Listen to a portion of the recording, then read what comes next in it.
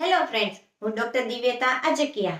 આજે હું તમને જણાવીશ હીટસ્ટ્રોક વિશે. તો અત્યારે ઉનાળાની ઋતુની શરૂઆત થઈ ચૂકી છે. ઉનાળાના શરૂઆતના જ દિવસોમાં એટલું બધું તાપમાન વધી રહ્યું છે કે આગળના દિવસોમાં ઉનાળાનું તાપમાન કેટલે પહોંચશે તેની કલ્પના કરવી પણ ખૂબ જ મુશ્કેલ છે. અત્યારના દિવસોમાં અમુક શહેરોમાં યલો એલર્ટ સરકારે જાહેર કરી દીધું છે. આજે આપણે જાણીશું હીટસ્ટ્રોક વિશે, એટલે કે લૂ લાગી જાવી. તો કેવા વ્યક્તિઓને લૂ લાગવાના ચાન્સીસ છે, ખાસ કરીને નાના બાળકો તેમજ વૃદ્ધોમાં કે જે લોકો ઓછું પ્રમાણમાં પાણીનું સેવન કરતા હોય છે.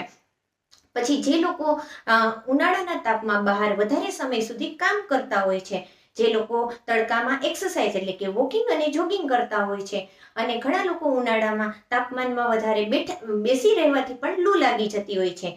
તે ઉપરાંત જે લોકો આલ્કોહોલનું સેવન કરતા હોય છે તેને પણ લૂ લાગવાના ચાન્સીસ છે. હવે જાણીએ કે લૂ એટલે શું. લૂ એટલે ગરમીના પ્રમાણમાં વધારો થવાથી શરીરનું તાપમાન ઊંચું જવું, અને એ ઊંચું તાપમાન લાંબા સમય સુધી શરીરમાં રહેવાથી શરીરની ક્રિયાનું સંતુલન બગડી જવું, તેને લૂ કહીએ છીએ. હવે આપણે જાણીશું કે લૂ લાગી જવાના લક્ષણો શું છે. તો લૂ લાગી જવાથી વ્યક્તિને માથું દુખવું, ચક્કર આવવું, ગભરામણ થવું, શરીરમાં ખૂબ જ પરસેવો વળવો, તેમજ ઝાડા થઈ જવા, ઉલટી થવી, ઘણા કેસમાં દર્દીઓ બેભાન પણ થઈ જતા હોય છે, અને અમુક કેસોમાં શરીરમાં પાણીનું પ્રમાણ ખૂબ જ ઘટી જવું એટલે કે ડિહાઇડ્રેશનને કારણે અમુક લોકોને હાથ પગમાં ધ્રુજારી આવી, આંચકી આવી જાય છે, અને ઘણા કેસોમાં હીટસ્ટ્રોકને કારણે લોકોનું મૃત્યુ પણ થાય છે. હાલમાં છેલ્લા 2024માં એક વર્ષમાં હીટસ્ટ્રોકને કારણે 700 લોકોનું મૃત્યુ થયેલ છે. તો લૂ જેવી બાબતને આપણે ગંભીરતાથી લેવી જોઈએ. હવે આપણે જાણીએ કે લૂથી બચવા માટેના ઉપાયો શું છે. તો ઉનાળામાં પાણીની માત્રાનું પ્રમાણ વધારી દેવું જોઈએ. તડકામાં જરૂરિયાત વગર બહાર નીકળવું ન જોઈએ, તેમજ તડકામાં પગને તડકો ન લાગે તે મુજબના બૂટ ચંપલ પહેરવા જોઈએ. શરીરમાં માથું તેમજ મોઢાનો ભાગ કવર કરીને રાખવું જોઈએ.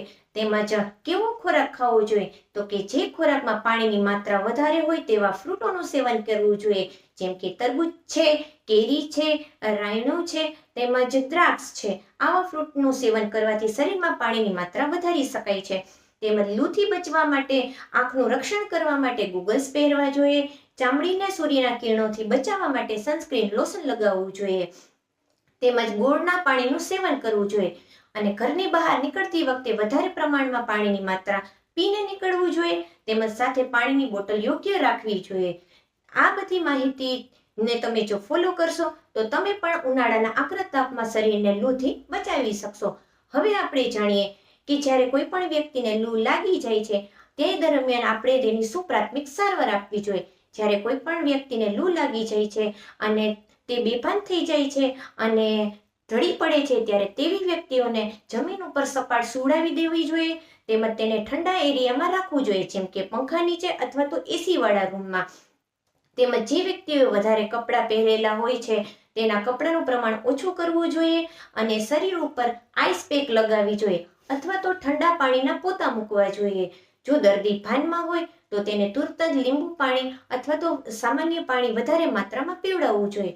હવે જે કેસમાં દર્દી ચક્કર આવીને બેભાન થઈ જાય છે અને બોલી શકતો નથી, તે વ્યક્તિને તુરત જ નજીકની હોસ્પિટલમાં લઈ જવું જોઈએ. જો વધારે પ્રમાણમાં લૂ લાગી ગઈ હોય તો તે દર્દીના અંગોને પણ ગંભીર નુકસાન થઈ શકે છે, જેમ કે મગજ છે અને કિડની છે.